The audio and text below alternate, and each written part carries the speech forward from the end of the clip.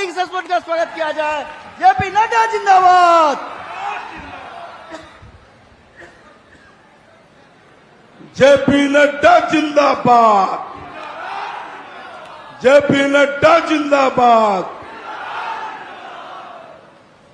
आज के इस जनसभा में, चुनावी सभा में मंच पर उपस्थित मेरे प्रिय मित्र,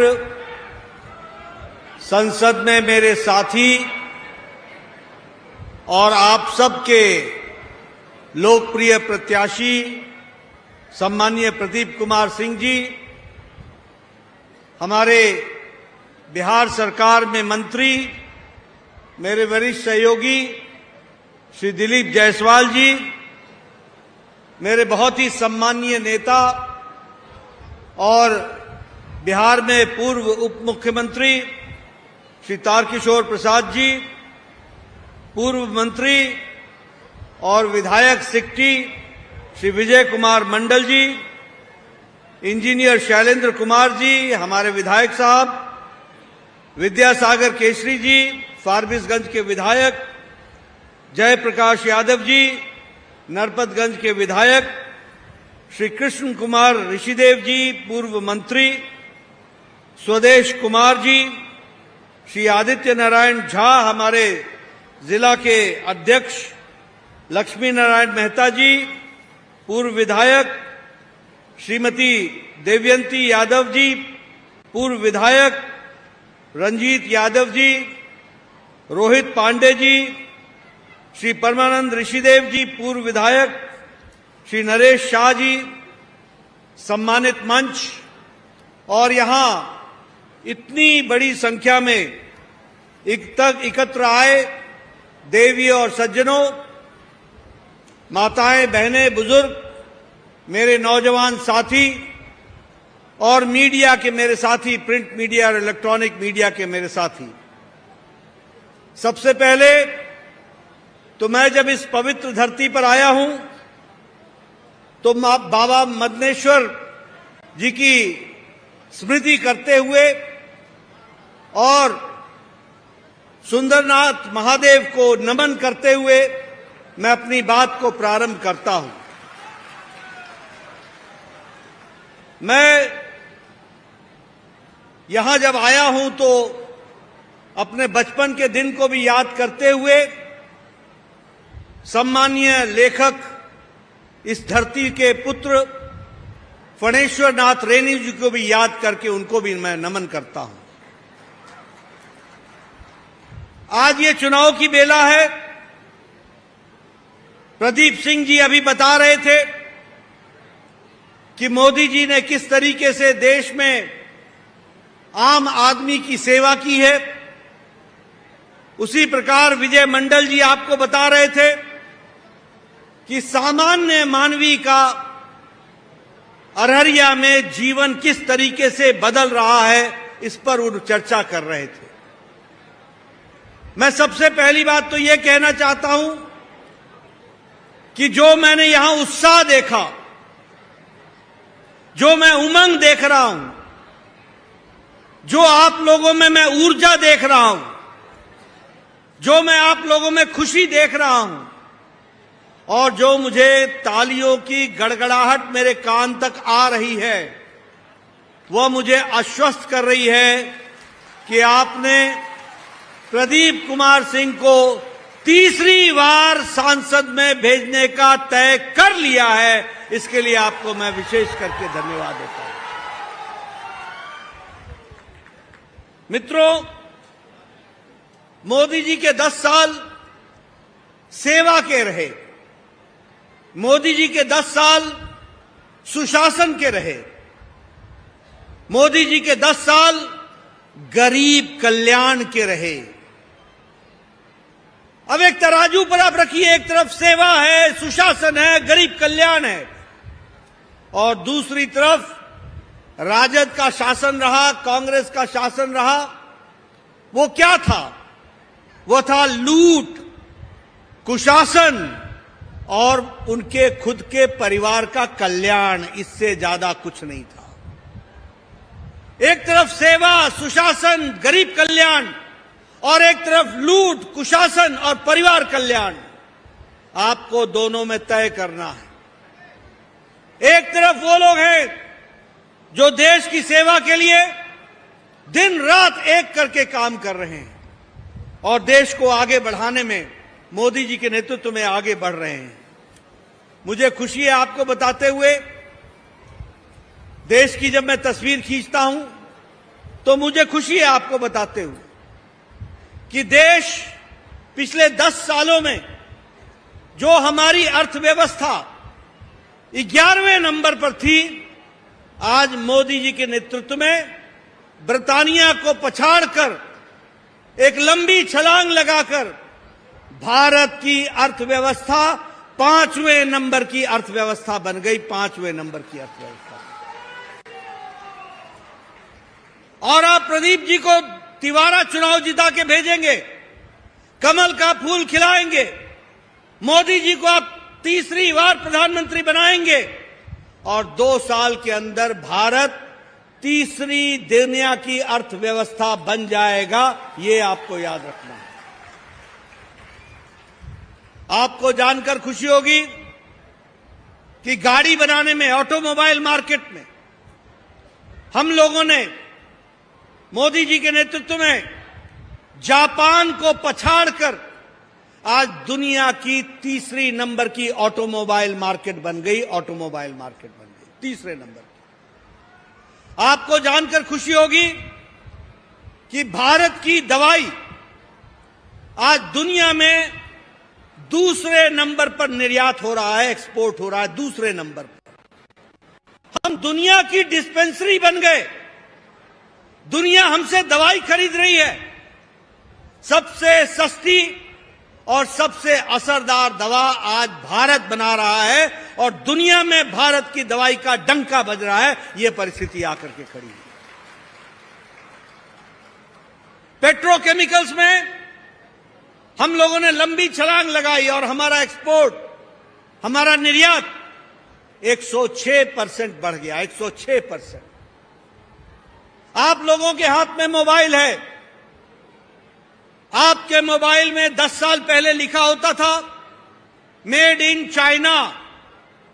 आपके मोबाइल पे लिखा होता था मेड इन कोरिया। आपके मोबाइल पर लिखा होता था मेड इन ताइवान। आपके मोबाइल पे लिखा होता था मेड इन जापान। आज अपना मोबाइल खोल के देखना, सब में लिखा है made in India.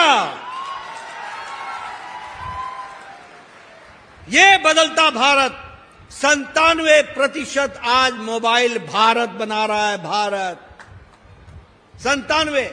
Apple, Oppo, ये सब अब भारत में बन रहे हैं। ये भारत की बदलती हुई अर्थव्यवस्था है।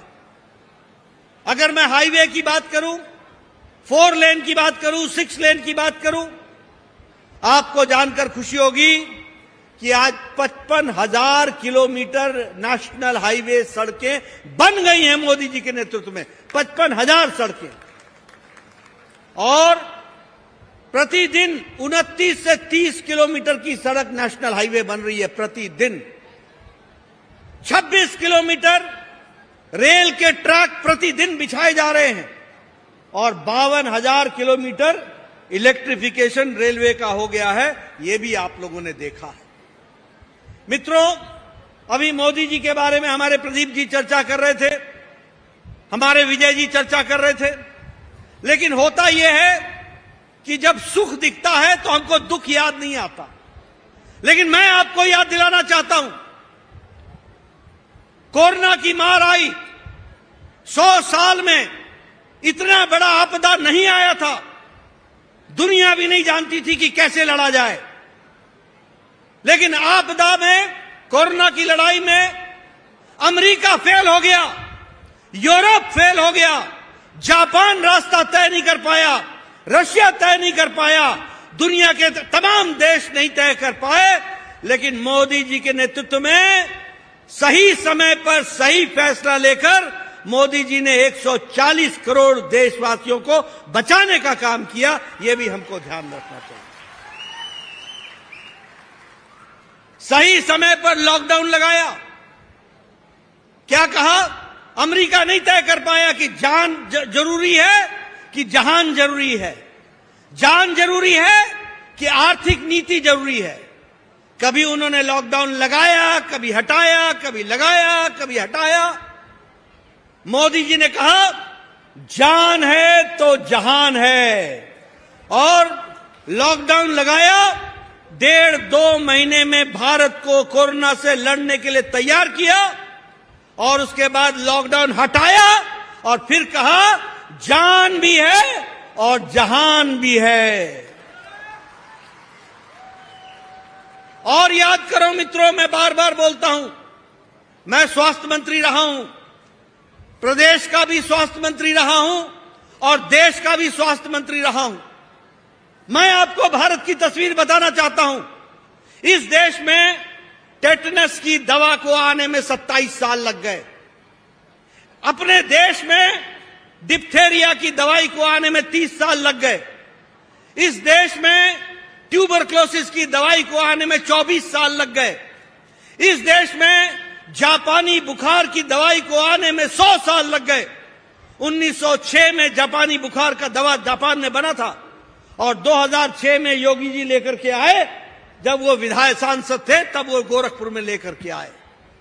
लेकिन आपको जानकर खुशी होगी और आश्चर्य भी होगा, 24 जनवरी 2019 को पहला कोरोना का केस भारत में डिटेक्ट हुआ, और 20 अप्रैल को मोदी जी ने टास्क फोर्स बैठाया, और 9 महीने के अंदर एक नहीं 2 वैक्सीन बना करके 220 करोड़ डोज लगा करके भारत को उससे निजात दिला दिया। ये भारत की तस्वीर देखिए 9 महीने के अंदर। और आपको जानकर खुशी होगी, यही कांग्रेसी, यही राष्ट्रीय जनता दल के लोग, यही लोग बोलते थे ये मोदी टीका है, मोदी टीका है, मत लगाओ। चुपके चुपके जाके खुद लगा लिया। संसद में मुझे मिले, मैंने कहा कैसा लगा मोदी टीका, ठीक लगा कि नहीं लगा? ऐसे लोग जो जनता को गुमराह कर रहे थे, खुद टीका लगा रहे थे और जनता को बताते थे कि ये टीका मत लगाओ। प्रधानमंत्री जी ने 220 करोड़ डबल डोज और उसके बाद बूस्टर लगा करके देश को कोरोना से बचाया। 140 करोड़ की जनता को बचाने का काम किया, और 100 देशों को दवाई वैक्सीन हमने भेजी, 100 देशों को वैक्सीन मैत्री में, और 48 देशों को हमने मुफ्त में वैक्सीन भेजी। यानी मोदी जी के नेतृत्व में आज भारत मांगने वाला भारत नहीं है, आज मोदी जी के नेतृत्व में भारत देने वाला भारत बन गया, दुनिया को देने वाला भारत बन गया। ये हमको समझना चाहिए। मित्रों, अभी चर्चा हमारे विजय जी कर रहे थे कि कैसे प्रधानमंत्री गरीब कल्याण अन्न योजना में 5 किलो गेहूं, 5 किलो चावल और 1 किलो दाल और चना की बातचीत हो रही है। मैं यहां आपको बताना चाहता हूं, मैं यहीं बिहार में बचपन मेरा गुजरा। मुझे याद है बचपन में किस तरीके से एक वक्त सत्तू खा करके लोग गुजारा करते थे। मैंने वो भी दिन देखे। आज आपको जानकर के खुशी होगी कि 8 करोड़ 70 लाख लोग बिहार के, 8 करोड़ 70 लाख और 80 करोड़ की भारत की जनता को प्रधानमंत्री मोदी जी 5 किलो गेहूं या 5 किलो चावल और 1 किलो दाल देने का काम किया है। और इसके कारण आज भारत की 25 करोड़ की आबादी गरीबी की रेखा से निकल गई है और अमीरी की रेखा में आ गई है। यह परिस्थिति आकर के खड़ी हुई है, यह फर्क पड़ा है। और आपको जानकर खुशी होगी कि मोदी जी ने तय किया है कि प्रधानमंत्री गरीब कल्याण अन्न योजना अगले 5 साल तक फिर से चलती रहेगी और गरीबों को मिलता रहेगा, इसकी व्यवस्था होगी। आप देखिए, कभी सोचा था कि किसान के खाते में हर चौथे महीने 2-2 हजार रुपए आएगा? आज 11 करोड़ 78 लाख किसान और बिहार के 80 लाख किसानों के खाते में हर चौथे महीने 2-2 हजार रुपए आ रहा है और वो किसान सम्मान निधि में दिया जा रहा है।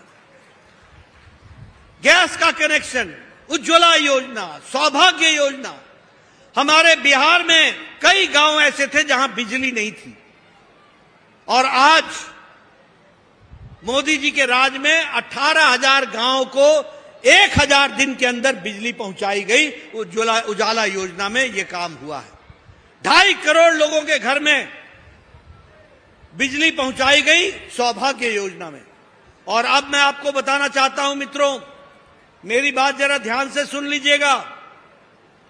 प्रधानमंत्री सूर्य घर योजना, ये सौर ऊर्जा के माध्यम से अब तय ये हुआ है कि हर घर के छत पर सौर ऊर्जा दी जाएगी ताकि उसका बिजली का बिल मुफ्त हो जाए, जीरो हो जाए और वो जो भी बिजली अपनी योजना से अपने खर्च करने के बाद बचेगा वो भारत सरकार खरीदेगी और उसका पैसा भी उसको मिलेगा। यानी बिजली का बिल मुफ्त और बिजली कमाने का कार्य शुरू होगा।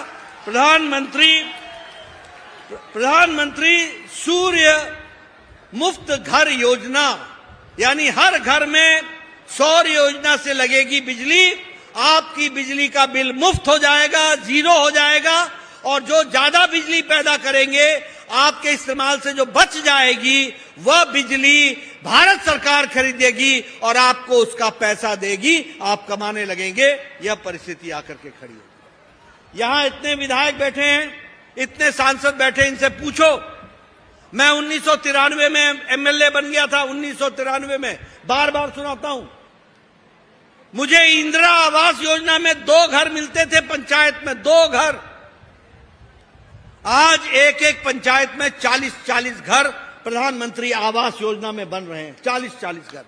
और मोदी जी ने 10 साल में 4 करोड़ घर बना करके दिए पक्के, with drawing room, with bedroom, with kitchen के साथ गैस का सिलेंडर, शौचालय, कोर्टयार्ड। और अगले 5 साल में प्रदीप कुमार को भेज देना, 3 करोड़ और घर बना दिए जाएंगे। कोई घर बगैर पक्के छत का नहीं होगा, इस तरीके की व्यवस्था की जाएगी। इसी तरीके से मैं एक बात और बोलना चाहता हूं, वह भी मेरे स्वास्थ्य से जुड़ा हुआ है, इसलिए मेरे स्वास्थ्य नहीं, मेरे स्वास्थ्य विभाग के स्वास्थ्य से जुड़ा है। मैं आपको बताना चाहता हूं, यहां सब विधायक सांसद बैठे हैं। प्रदीप जी 2 बार के विधायक हैं, 2 बार के सांसद हैं, लंबे समय से हैं। हम क्या चिट्ठी लिखते थे प्रधानमंत्री को, हम क्या चिट्ठी लिखते थे मुख्यमंत्री को? हम चिट्ठी लिखते थे, मुख्यमंत्री जी, प्रधानमंत्री जी, मेरे इलाके में एक किसान है, उसका बाईपास होना है, 1.5 लाख रुपए का खर्च है, गरीब आदमी है, थोड़ी सी जमीन है, वो अगर अपना इलाज कराएगा तो उसका जमीन बिक जाएगा, उसका घर बिक जाएगा।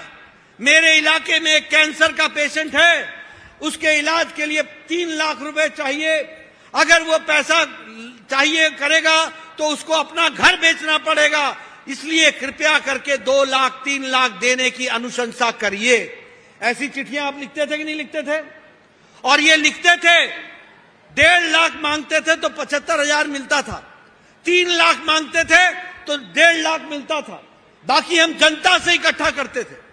लेकिन मोदी जी ने आयुष्मान भारत के माध्यम से 10 करोड़ 74 लाख परिवार, 55 करोड़ लोग, भारत की 40% की आबादी और गरीब आबादी। कौन है ये गरीब लोग? रिक्शा वाला, ठेला वाला, रेड़ी वाला, फेड़ी वाला, सब्जी वाला, बस का ड्राइवर, बस का क्लीनर, ट्रक का ड्राइवर, ट्रक का क्लीनर, कंडक्टर, होटल में वेटर का काम करने वाला, छोटी सी चाय की दुकान चलाने वाला, हमारे कूड़ेदान से प्लास्टिक इकट्ठा करने वाला, सैलून में बाल काटने वाला, ऐसे गरीब लोगों को मोदी जी ने सालाना 5 लाख रुपए हर साल गंभीर बीमारी से लड़ने का इलाज का व्यवस्था की। 5 लाख हर साल 5 लाख रुपए परिवार को गंभीर बीमारी से लड़ने की व्यवस्था की।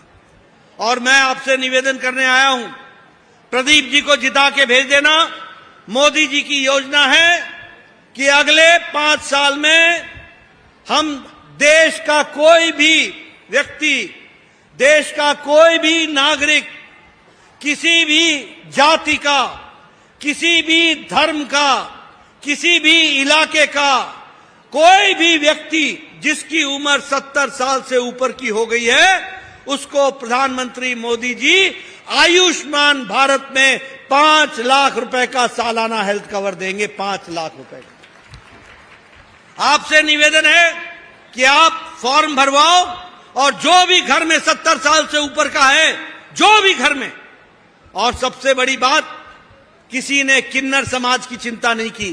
किस तरीके से बेचारे किन्नर समाज के लोग रहते हैं, मोदी जी ने उनको भी आयुष्मान भारत में जोड़ लिया है ताकि उनके भी स्वास्थ्य की चिंता हो सके। इस तरीके से काम हो रहा है। इसलिए मित्रों, अगर हम बात करें गांव, गरीब, वंचित, पीड़ित, शोषित, दलित, युवा, किसान, महिला, इनको अगर ताकत दी है तो प्रधानमंत्री मोदी जी की नीतियों ने ताकत दी है। यह हमको समझना चाहिए। आज वो ताकतवर हो गया है, आज वो उसको ताकत मिल रही है। 25 करोड़ लोग गरीबी की रेखा से निकल गए हैं। और विकास की अगर बात करूं तो मुझे खुशी है कि आज 5 शहर स्मार्ट सिटी में आ गए हैं और 5 शहर जो हैं उसमें लगभग 2660 करोड़ रुपए बिहार में खर्च हो रहा है। 8 मेडिकल कॉलेज नए दिए मोदी जी ने, 8 मेडिकल कॉलेज। मैं अभी पूर्णिया उतरा था, मुझसे बोलते थे उस समय तारकिशोर जी कि हमको मेडिकल कॉलेज दो। आज वहां भी मेडिकल कॉलेज खुल गया है और 8 नए मेडिकल कॉलेज खोले गए हैं और विकास के दृष्टि से जोड़ा गया है। नेशनल हाईवे बिहार में अकेले 3500 किलोमीटर बना है और अब एक कॉरिडोर बन रहा है जो वाराणसी से चलेगा और बिहार होता हुआ रांची जाएगा, रांची से कलकत्ता जाएगा। ये 6 लेन का कॉरिडोर होगा जो बिहार में भी होते हुए जाएगा और विकास की एक नई गंगा बहेगी। उसको भी हमको ध्यान में रखना है। उसी तरीके से हमारे रेल का बजट 9 गुना बढ़ा दिया गया है बिहार का और उसी तरीके से अमृत भारत में 92 रेलवे स्टेशन को जोड़ा गया है और उनको आगे ठीक किया जा रहा है। मैं यहां खुशी की बात यह भी बताना चाहूंगा कि अररिया के रेलवे स्टेशन के लिए प्रदीप जी के कहने पर 22 करोड़ रुपए का अमृत भारत रेलवे स्टेशन बन रहा है। वर्ल्ड क्लास का नया रेलवे स्टेशन बनकर के तैयार होगा। आपके सदर हॉस्पिटल में भी नया वार्ड बन रहा है। इसलिए हर तरीके से विकास, दुनिया में भारत का नाम, देश में भारत को आगे बढ़ाना, देश की जनता को आगे बढ़ाना और देश की जनता के साथ साथ इलाके में हाईवे, रेलवेज, एयरवेज, इंटरनेट, ये सबको जाल बिछाना, इस काम को प्रधानमंत्री मोदी जी के नेतृत्व में बखूबी हुआ है। इसको हमको ध्यान में रखना चाहिए। मित्रों, मैं यहां ये भी बताना चाहता हूं आपको, ये आपको मैं अच्छा बताऊं और गलत ना बताऊं तो ये भी ठीक नहीं होगा। गलत भी बताना चाहिए, जो गलती होती है वो भी बताना चाहिए। एक आजकल इंडी अलायंस हो गया, इंडी अलायंस, एक घमंडिया गठबंधन, देखा है ना आपने। आजकल मेरे को तो कई बार बड़ा दुख भी होता है, बहुत दुख होता है। मैं सन 74 में 14 वर्ष का, 15 वर्ष का था जब जयप्रकाश नारायण के आंदोलन में, जयप्रकाश नारायण के कहने पर मैं आंदोलन में कूद गया था। उस समय का भी मैंने लालू प्रसाद देखा है, मैंने उस समय का भी आंदोलन देखा है। और आज भी मैं जब लालू के बेटे को देखता हूं, तेजस्वी को, और जब मैं ये देखता हूं कि लालू जी अब राहुल गांधी को मटन बनाना सिखा रहे हैं, ये कैसी जुगलबंदी हो रही है। जिस लालू प्रसाद यादव ने जयप्रकाश नारायण के आंदोलन से परिवारवाद, भाई भतीजावाद, रिश्वतखोरी, भ्रष्टाचार के खिलाफ आवाज उठाई थी, आज वही आकंठ भ्रष्टाचार में डूबकर उन कांग्रेसियों के साथ हाथ मिलाकर के खड़े हो गए जिनके खिलाफ आपने इमरजेंसी में लड़ाई लड़ी थी। क्या आपका समय आ गया, क्या स्थिति आ गई। ये राष्ट्रीय जनता दल क्या है? ये रिश्वतखोर जंगल राज दलदल है, जंगल राज दलदल है। R stands for रिश्वतखोरी, J stands for जंगल राज और D stands for दलदल। आज ये आकर के खड़ा हो गया। मैं यहां ये भी बताना चाहूंगा, ये किस चीज का गठबंधन है? ये घमंडिया गठबंधन। ये कौन सा घमंडिया गठबंधन है? ये घमंडिया गठबंधन दो बातों का है। एक तरफ मोदी जी कह रहे भ्रष्टाचार हटाओ, वो लाल किले से कह रहे कि मैं भ्रष्टाचारियों को नहीं छोड़ूंगा, जो भ्रष्टाचारी है उसको जेल में डालूंगा। और दूसरी ओर ये घमंडिया गठबंधन कह रहा है हम भ्रष्टाचारियों को बचाएंगे। ये सब बचाने में लगे। आप बताइए, कांग्रेस पार्टी ने कोयला घोटाला किया था कि नहीं किया था? जरा जोर से बोलो, किया था कि नहीं किया था? आप बताओ, इन कांग्रेसियों ने पनडुब्बी घोटाला किया कि नहीं किया? हेलीकॉप्टर घोटाला किया कि नहीं किया? 2G घोटाला किया कि नहीं किया? आप बताइए, कॉमनवेल्थ गेम्स का घोटाला किया कि नहीं किया? न अंतरिक्ष छोड़ा, न आसमान छोड़ा, न समुद्र छोड़ा, न पाताल छोड़ा, न धरती छोड़ी। सभी लोक में भ्रष्टाचार किया कांग्रेसियों ने। अब आप बताइए, लालू ने चारा घोटाला किया कि नहीं किया? जरा जोर से बोला, चारा घोटाला किया कि नहीं किया? आप बताओ, लालू ने अलकतरा घोटाला किया कि नहीं किया? आप बताओ, लालू ने जमीन के बदले नौकरी का घोटाला किया कि नहीं किया? गरीब लोगों की नौकरी के नाम पर जमीन हड़पी कि नहीं हड़पी? आप बताओ, ये ममता, अखिलेश समाजवादी पार्टी ने गोमती रिवर फ्रंट का घोटाला किया कि नहीं किया? लैपटॉप घोटाला किया कि नहीं किया? अनाज का घोटाला किया कि नहीं किया? आप बताओ, ममता के मंत्रियों ने टीचर भर्ती घोटाला किया कि नहीं किया?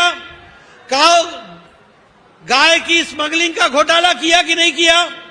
बालू घोटाला किया कि नहीं किया? साउथ में स्टालिन के लोग मंत्रियों ने घोटाला किया कि नहीं किया? आप बताइए, अरविंद केजरीवाल ने शराब का घोटाला किया कि नहीं किया? आप बताइए, के कविता ने शराब का घोटाला किया कि नहीं किया? आप एक बात बताओ, सोनिया गांधी बेल पर है कि नहीं है? जमानत पर है कि नहीं है? राहुल गांधी जमानत पर है कि नहीं है? लालू प्रसाद यादव जमानत पर है कि नहीं है? तेजस्वी प्रताप जमानत पर है कि नहीं है? आप बताइए, ये ममता के मंत्री जमानत पर है कि नहीं है? आप बताइए, टीएमसी के मंत्री जमानत पर है कि नहीं है? आप बताइए, अरविंद केजरीवाल जेल में है कि नहीं है? मनीष सिसोदिया जेल में है कि नहीं है? सत्येंद्र जैन जेल में है कि नहीं है? आजम खान जेल में है कि नहीं है? ये मंत्री जेल में है कि नहीं है? ये डीएमके के मंत्री जेल में है कि नहीं है? ये ऐसा कुनबा है जिसमें आधे बेल पर हैं और आधे जेल में हैं।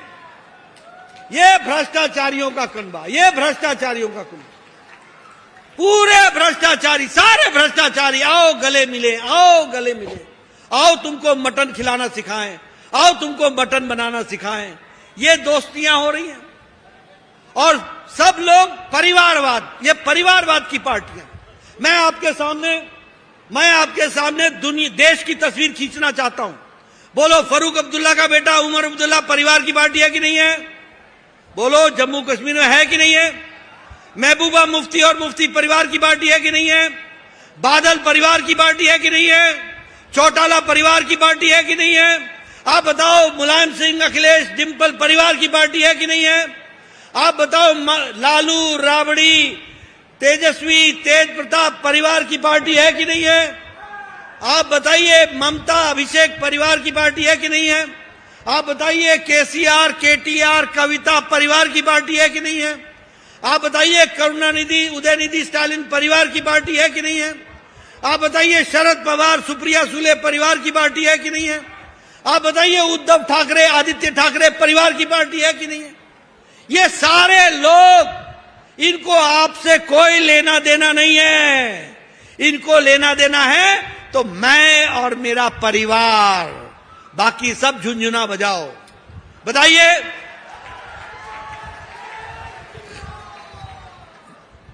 मैं एक नाम तो भूल ही गया, बोलिए, बताइए, सोनिया, राहुल, प्रियंका, ये भी परिवार की पार्टी बन रही है कि नहीं बन रही है? सब परिवार की पार्टी है। और ये लोग हर तरीके का हथकंडा अपनाते हैं। अभी संविधान में बाबा साहब अम्बेडकर लिख करके गए कि धर्म के नाम पर आरक्षण नहीं होगा, और ये लोग, ये इंडिया घमंडिया गठबंधन, ये पिछड़ा, अति पिछड़ा, दलित, महादलित, इनका आरक्षण छीनकर धर्म के नाम पर आरक्षण करना चाहते हैं। बताइए, ऐसे लोगों को आगे आने देंगे क्या? जरा जोर से बोलो, आने देंगे क्या? ये राम विरोधी है। आप बताइए, ये यूपीए की सरकार ने एफिडेविट दिया था कि नहीं दिया था कि राम काल्पनिक है, राम का कोई ऐतिहासिक आधार नहीं है, राम का कोई वैज्ञानिक आधार नहीं है? ये एफिडेविट दिया था कि नहीं दिया था? और इन्होंने कहा था कि नहीं था कि राम का केस लटकाओ, अटकाओ, भटकाओ? ये प्रधानमंत्री आपने मोदी जी बनाया तो जाकर के कोर्ट ने रास्ता प्रशस्त किया और आज भव्य राम मंदिर बनकर के तैयार हुआ। ये हम सब लोगों ने देखा। मित्रों, ये सनातन विरोधी हैं। क्या कहते हैं? सनातन डेंगू है, सनातन ये फ्लू है, सनातन HIV है। आप बताइए, ऐसे लोगों को आगे आने दोगे क्या? आने दोगे क्या? और फिर और सुनो, आजकल बड़े दुख के साथ मुझे बताना पड़ता है कि हर राष्ट्र विरोधी इनका दोस्त है। जिन लोगों ने JNU में नारे लगाए, भारत होंगे तेरे टुकड़े टुकड़े, इंशाअल्लाह इंशाअल्लाह, ऐसे लोगों को कांग्रेस पार्टी टिकट देकर के चुनाव लड़ाती है, उनके साथ जाकर के खड़े होती है। बोलिए, ऐसे लोगों को आगे आने देंगे क्या?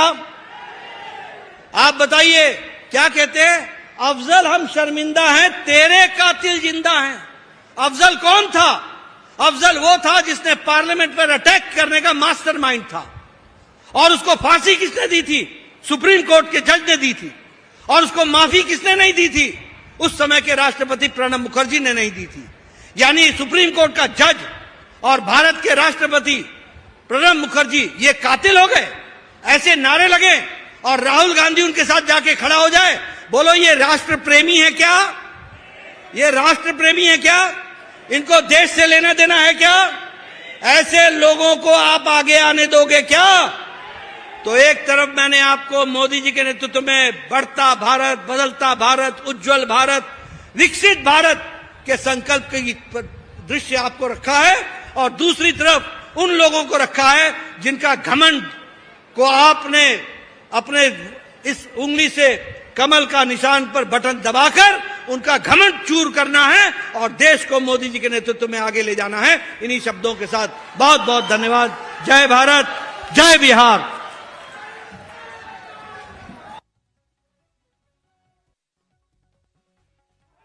जय श्री राम। भारत माता की। JP नड्डा जिंदाबाद। जय जय श्री राम।